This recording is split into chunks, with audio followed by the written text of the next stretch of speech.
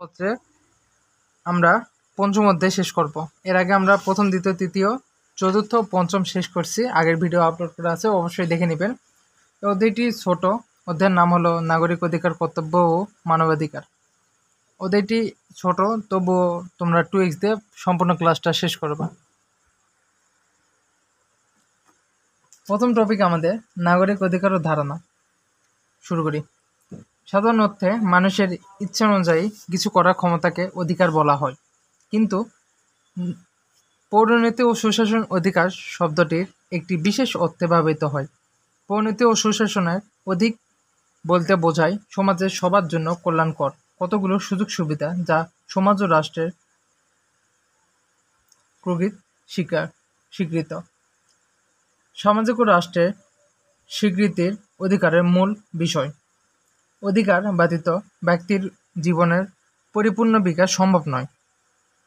সমাজের অধিকারের জন্ম ও সমাজই এর রক্ষক।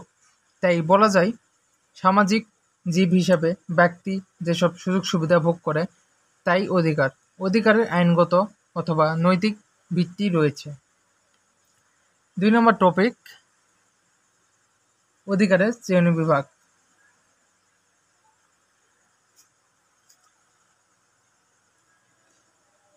এরপর আমাদের টপিক হলো অধিকারের শ্রেণী বিভাগ।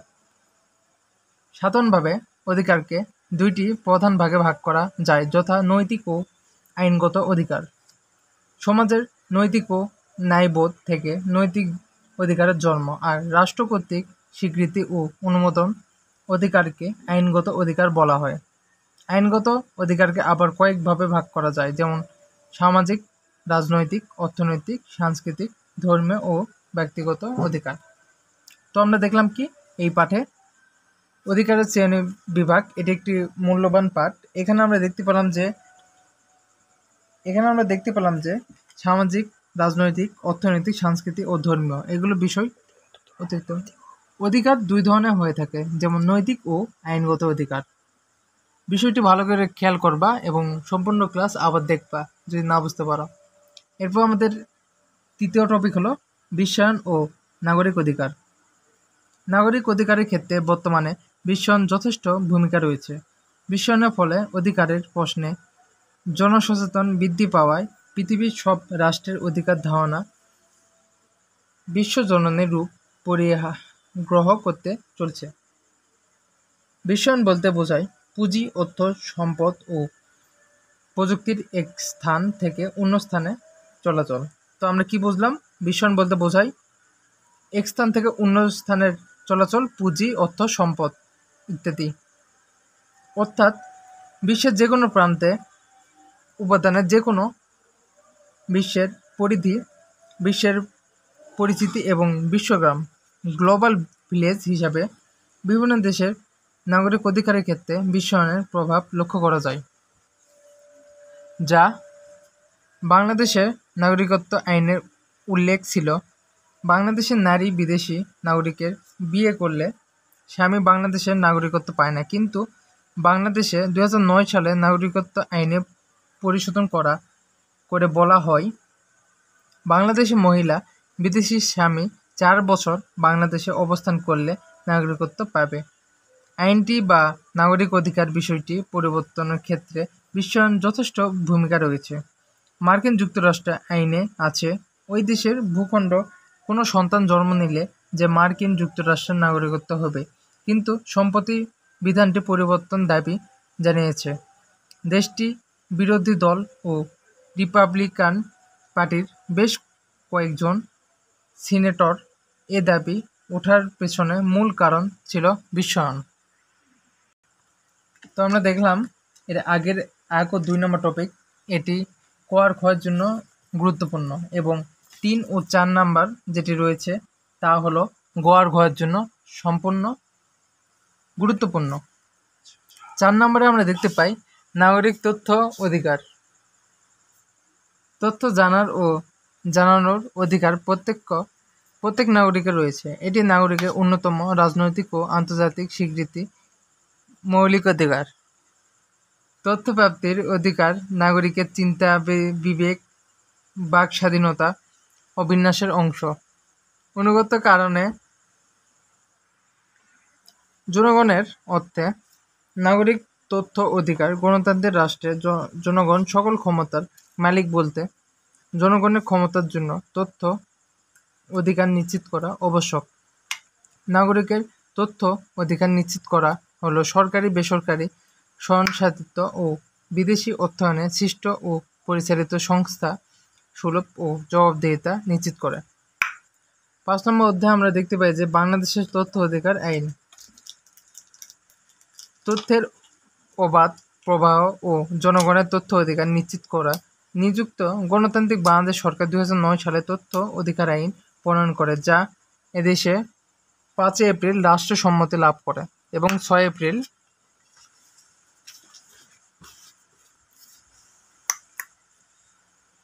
গেজেট আকারে প্রকাশিত হয়।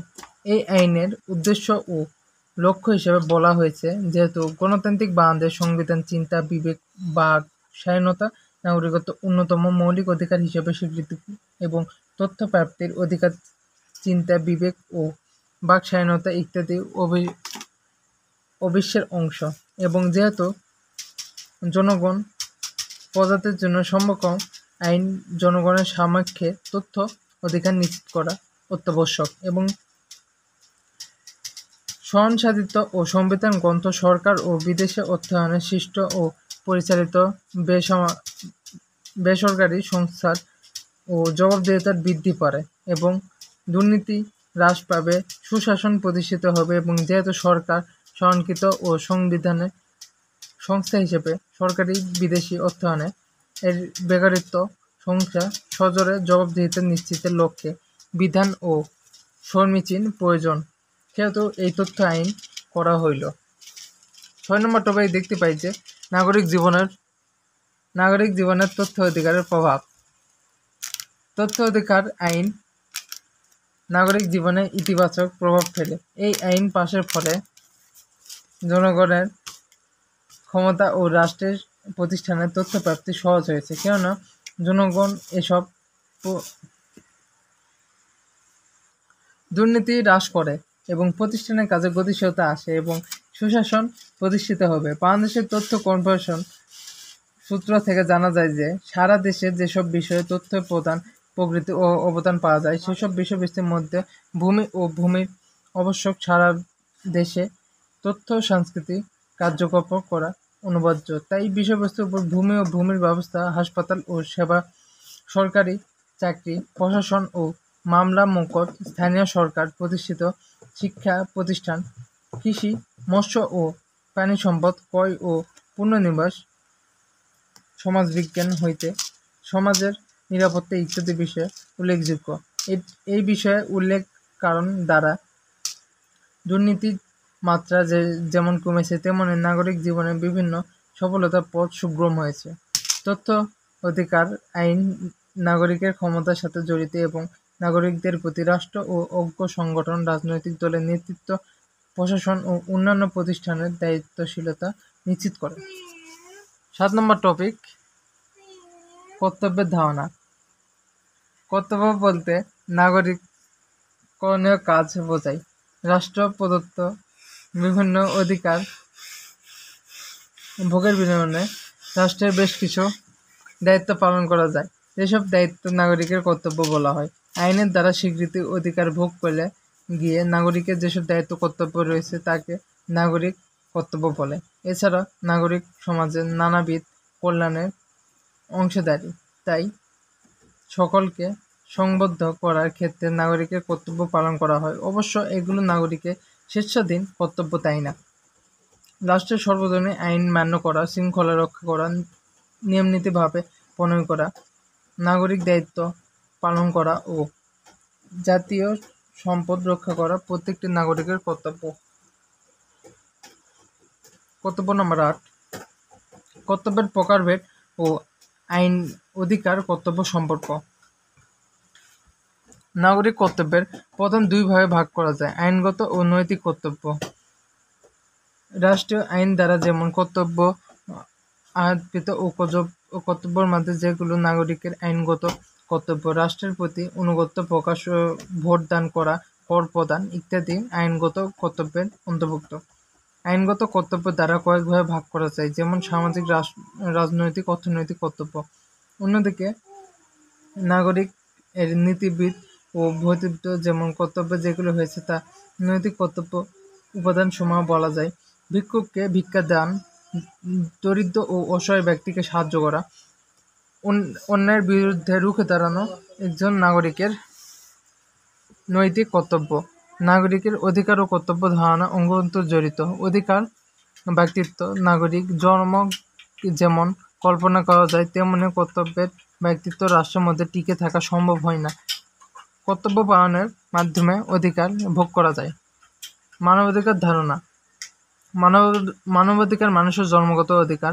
মানুষ হিসেবে একজন ব্যক্তির যেসব অধিকার, সম্মান, নিরাপত্তা সবাইভাবে প্রাপ্য, তাছাড়াও তার ব্যক্তিত্ব বিকাশের জন্য পারে না, তাই হলো মানবাধিকার। মানবাধিকার ভিত্তি মৌলিক অধিকার। এ ধরনের বঞ্চনা ও বৈষম্য, নির্যাতন ও সক্ষণ করে মানবাধিকার ধারণা বিকাশ লাভ করা যায়। এটি বর্তমানে বিশ্ব মনান ও সভ্য সমাজের মধ্যে স্বীকৃতি করে 1948 সালের 10 ডিসেম্বর জাতিসংঘের সাধারণ পরিষদে সর্বজনীন মানবাধিকার ঘোষণা করা হয়। মানবাধিকার সমূহ। জাতিসংঘ সাধারণ পরিষদে 1948 সালের 10 ডিসেম্বর মানবাধিকার সর্বজনীন ঘোষণাপত্র universal declaration of human rights অনুমোদিত করে। জাতিসংঘের মানবাধিকার সর্বজনীন ঘোষণায় মানুষের বিভিন্ন ব্যক্তিগত, সামাজিক, রাজনৈতিক অধিকার ও